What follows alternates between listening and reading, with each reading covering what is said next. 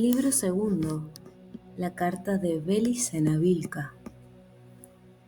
Doctor Arturo Signagel, ante todo deseo agradecer cuanto hizo usted por mí durante este largo año en que he sido su paciente. Sé que muchas veces su bondad le ha llevado a sobrepasar los límites de la mera responsabilidad profesional y me ha dedicado más tiempo y cuidados de los que sin dudas merecía mi condición de alienada. Mucho se lo reconozco, doctor, mas como comprenderá al leer esta carta, mi recuperación era prácticamente imposible. De cualquier manera, la diosa Pirena sabrá recompensar justamente sus esfuerzos. Seguramente cuando esta carta llegue a sus manos, yo estaré muerta. Ellos no perdonan y nosotros no pedimos clemencia. Esta posibilidad no me preocupa, ya que la muerte es, en nuestro caso, solo una ilusión, pero entiendo que para usted la ausencia será real y por eso he decidido escribirle. Soy consciente de que no me creerá por anticipado y es así que me tomé el atrevimiento de enviarle la presente a su domicilio de Cerrillos. Se preguntará cómo lo hice, sobornando a una enfermera quien obtuvo la dirección registrada en el fichero administrativo y efectuó el despacho de la correspondencia. Le ruego que olvide la falta de disciplina y no indague la identidad de la enfermera, pues si muero, cosa probable, el miedo le hará cerrar la boca y por otra parte tenga presente que ella solo cumplía con mi última voluntad. Ahora iré al grano, doctor. Deseo solicitarle un favor postrero, mas para ser justa con usted, antes le pondré en antecedentes de ciertos hechos. Creo que me ayudará, pues una voluntad más poderosa que nosotros le ha puesto en mi camino. Quizás usted también busque una respuesta sin saberlo. Quizás en esta carta esté esa respuesta. Si esto es así, o si ya se ha hecho usted consciente del gran engaño, entonces lea con detenimiento lo que sigue, pues allí encontrará algunas claves para orientarse en el camino de regreso al origen. He escrito pensando en usted y fui clara hasta donde pude, pero descuento que me comprenderá, pues lleva visiblemente plasmado el signo del origen.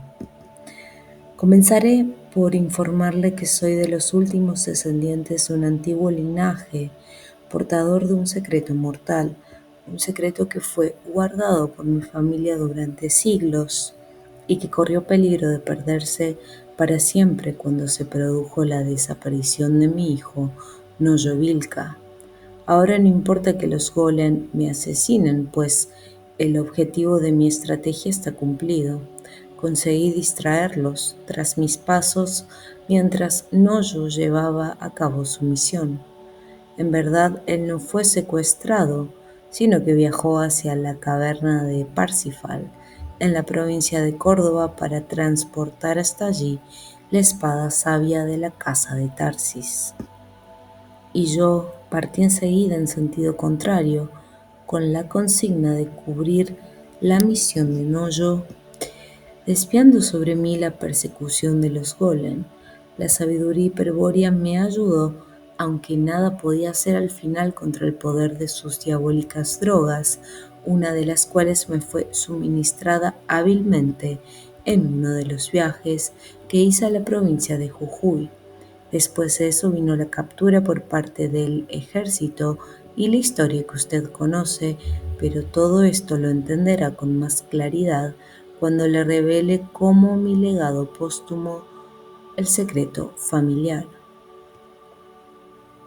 El secreto en síntesis consiste en lo siguiente. La familia mantuvo oculto mientras transcurrían 14 generaciones americanas el instrumento de un antiguo misterio, tal vez del más antiguo misterio de la raza blanca.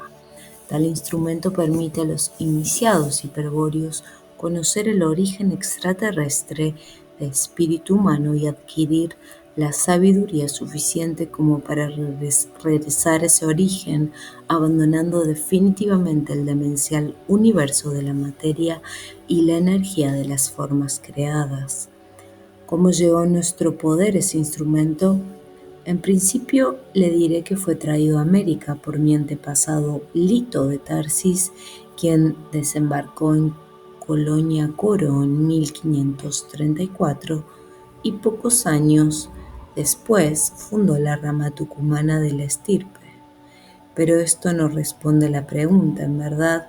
Para aproximarse a la respuesta directa, habría que remontarse a miles de años atrás, hasta la época de los reyes de mi pueblo, de quienes Lito de Tarsis era uno de los últimos descendientes. Aquel pueblo que habitaba la península ibérica desde tiempos inmemorables lo denominaré, para simplificar, íbero en adelante, sin que ello signifique adherir a ninguna teoría antropológica o racial moderna. La verdad es que poco se sabe actualmente de los íberos, pues todo cuanto a ellos se refería, especialmente a sus costumbres, creencias, fue sistemáticamente destruido u ocultado por nuestros enemigos. Ahora bien, en la época en que conviene comenzar a narrar esta historia, los íberos se hallaban divididos en dos bandos irreconciliables que se combatían a muerte mediante un estado de guerra permanente. Los motivos de esa enemistad no eran menores. Se basaban en la práctica de cultos esencialmente contrapuestos, en la adoración de dioses enemigos. Por lo menos esto era lo que veían los miembros corrientes de los pueblos combatientes. Sin embargo, las causas eran más profundas y los miembros de la nobleza gobernante, reyes y jefes, las conocían con bastante claridad.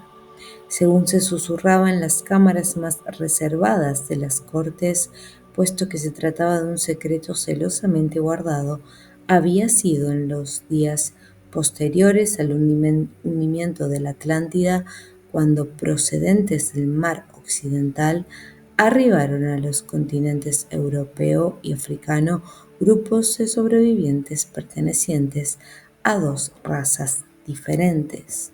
Unos eran blancos, semejantes a los miembros de mi pueblo, y los otros eran de tez más morena, aunque sin ser completamente negros como los africanos.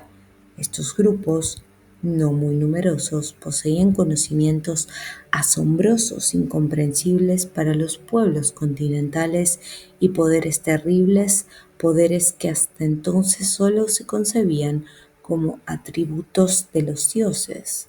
Así pues, poco les costó ir dominando a los pueblos que hallaban a su paso. Y digo que hallaban a su paso porque los atlantes no se detenían jamás definitivamente en ningún lugar, sino que constantemente avanzaban hacia el este. Mas tal marcha era muy lenta, pues ambos grupos se hallaban abocados a muy difíciles tareas, las que insumían mucho tiempo y esfuerzo, y para concretar las cuales necesitaban el apoyo de los pueblos nativos. En realidad, solo uno efectuaba la tarea más pesada, puesto que luego de estudiar prolijamente el terreno se dedicaba a modificarlo en ciertos lugares especiales mediante enormes construcciones megalíticas, menhires, dólmenes, cromlech, pozos, montes artificiales, cuevas, etc. Aquel grupo de constructores era el de raza blanca y había precedido en su avance al grupo moreno. Este último, en cambio, parecía estar persiguiendo al grupo blanco, pues su desplazamiento era aún más lento y su tarea consistía en destruir o alterar, mediante el tallado de ciertos signos, las construcciones de aquellos. Como decía, estos grupos jamás se detenían definitivamente en un sitio, sino que, luego de concluir su tarea, continuaban moviéndose hacia el este. Empero los pueblos nativos, que permanecían en los primitivos solares, ya no podían retornar jamás a sus antiguas costumbres. El contacto con los atlantes los había transmutado culturalmente. El recuerdo de los hombres semidivinos procedentes del mar occidental no podría ser olvidado por milenios, y digo esto para plantear el caso improbable de que algún pueblo continental hubiese podido permanecer indiferente tras su partida. Realmente esto no podía ocurrir porque la partida de los atlantes no fue nunca brusca, sino cuidadosamente planificada, solo concretada cuando se tenía la seguridad de que justamente los pueblos nativos se encargarían de cumplir con una misión que sería del agrado de los dioses.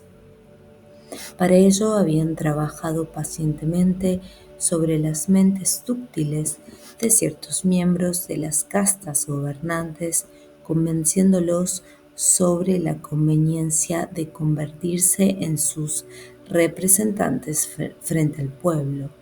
Una oferta tal sería difícilmente rechazada por quien detente una mínima vocación de poder, pues significa que para el pueblo el poder de los dioses ha sido transferido a algunos hombres privilegiados, a algunos de sus miembros especiales, cuando el pueblo ha visto una vez el poder y guarda memoria de él. Su ausencia posterior pasa inadvertida si allí se encuentran los representantes del poder, y sabido es que los regentes del poder acaban siendo los sucesores del poder. A la partida de los atlantes, pues siempre quedaban sus representantes encargados de cumplir y hacer cumplir la misión que agradaba a los dioses. ¿Y en qué consistía aquella misión? Naturalmente, tratándose del compromiso contraído con dos grupos tan diferentes como el de los blancos o los morenos atlantes, no podía referirse sino a dos misiones esencialmente opuestas. No describiré aquí los objetivos específicos de tales misiones, pues serían absurdas e incomprensibles para usted.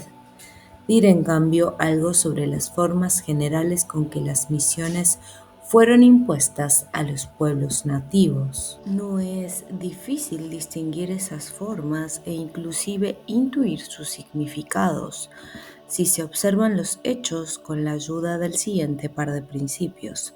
En primer lugar, hay que advertir que los grupos de atlantes desembarcados en los continentes luego del hundimiento de la Atlántida no eran meros sobrevivientes de una catástrofe natural, algo así como simples náufragos, sino hombres procedentes de una guerra espantosa y total. El hundimiento de la Atlántida es, en rigor de la verdad, solo una consecuencia, el final de una etapa en el desarrollo de un conflicto, de una guerra esencial que comenzó mucho antes en el origen extraterrestre del espíritu humano y que aún no ha concluido. Aquellos hombres entonces actuaban regidos por las leyes de la guerra, no efectuaban ningún movimiento que contradijese los principios de la táctica, que pusiese en peligro la estrategia de la guerra esencial. La guerra esencial es un enfrentamiento de dioses, un conflicto que comenzó en el cielo y luego se extendió a la tierra, involucrando a los hombres en su curso. En el teatro de operaciones de la Atlántida solo se libró una batalla de la guerra esencial, y en el marco de las fuerzas enfrentadas, los grupos atlantes que he mencionado, el blanco y el moreno, habían intervenido como planificadores o estrategas de su bando respectivo.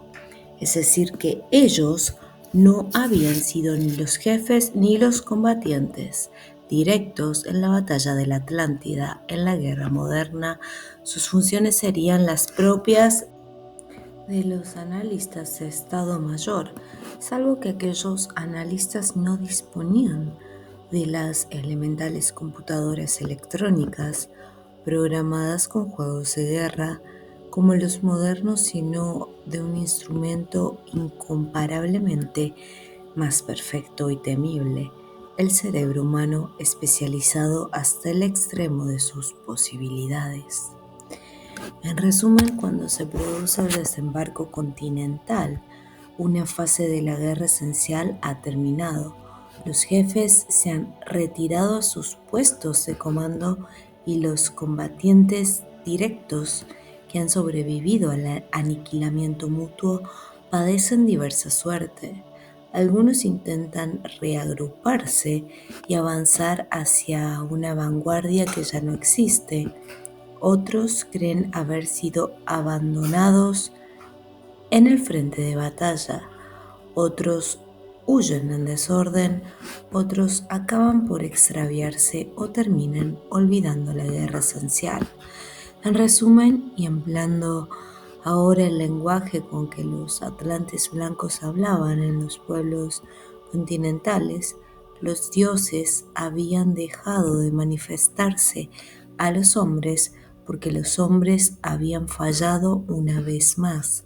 No resolvieron aquí el conflicto planteado a escala humana, dejando que el problema regresase al cielo y enfrentase nuevamente a los dioses.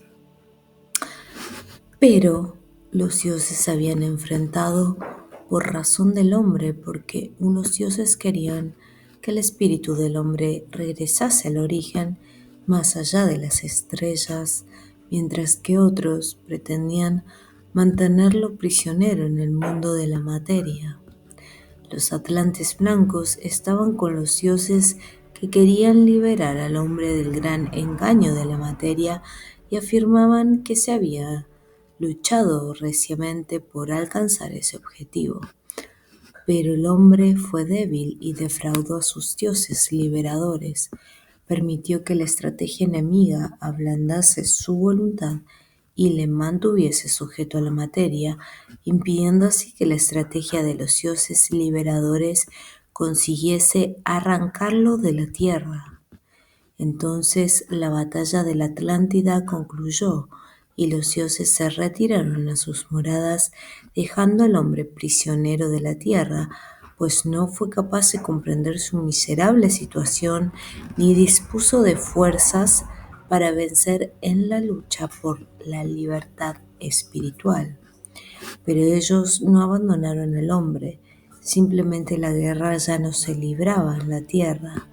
Un día, si el hombre voluntariamente reclamaba su lugar en el cielo, los dioses liberadores retornarían con todo su poder y una nueva oportunidad de plantear la batalla sería aprovechada. Sería esta vez la batalla final, la última oportunidad antes de que los dioses regresasen definitivamente al origen más allá de las estrellas. Entre tanto, los combatientes directos por la libertad del espíritu que se reorientasen en el teatro de la guerra, los que recordasen la batalla de la Atlántida, los que despertasen del gran engaño o los buscadores del origen deberían librar en la tierra un durísimo combate contra las fuerzas demoníacas de la materia, es decir, contra fuerzas enemigas abrumadoramente superiores y vencerlas con voluntad heroica. Solo así serían admitidos en el cuartel general de los dioses. En síntesis, según los atlantes blancos, una fase de la guerra esencial había finalizado. Los dioses se retiraron a sus moradas y los combatientes estaban dispersos, pero los dioses volverían. Lo probaban las presencias atlantes allí, construyendo y preparando la tierra para la batalla final. En la Atlántida, los atlantes morenos fueron sacerdotes que propiciaban un culto a los dioses traidores, al espíritu del hombre. Los atlantes blancos, por el contrario, pertenecían a una casta de constructores guerreros o guerreros sabios que combatían en el bando de los dioses liberadores el espíritu del hombre junto a las castas noble y guerrera de los hombres rojos y amarillos, quienes nutrieron las filas de los combatientes directos. Por eso los atlantes morenos intentaban destruir sus obras, porque adoraban a las potencias de la materia y obedecían el designio con que los dioses traidores encadenaron al espíritu a la naturaleza animal del hombre. Los atlantes blancos provenían de la raza que la moderna antropología denomina de Cro-Magnon. Unos 30.000 años antes, los dioses liberadores que por entonces gobernaban la Atlántida habían encomendado a esta raza una misión de principio, un encargo cuyo cumplimiento demostraría su valor y les abriría las puertas de la sabiduría.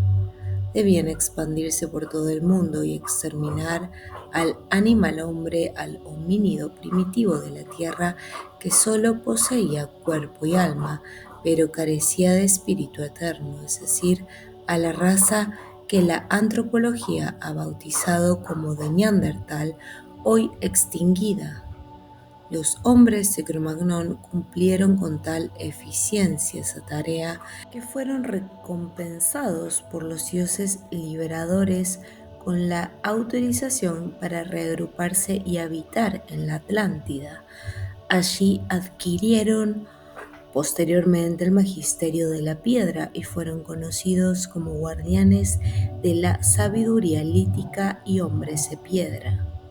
Así, cuando digo que pertenecían a una casta de constructores guerreros, ha de entenderse constructores de piedra, guerreros sabios en la sabiduría lítica.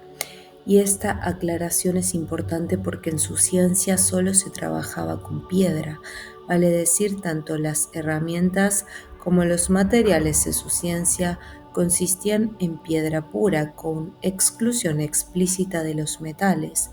Los metales, explicarían luego a los íberos, representaban a las potencias de la materia y debían ser cuidadosamente evitados o manipulados con mucha cautela. Al transmitir la idea de que la esencia del metal era demoníaca, los atlantes blancos buscaban evidentemente infundir un tabú en los pueblos aliados, tabú que, por lo menos en caso del hierro, se mantuvo durante varios miles de años.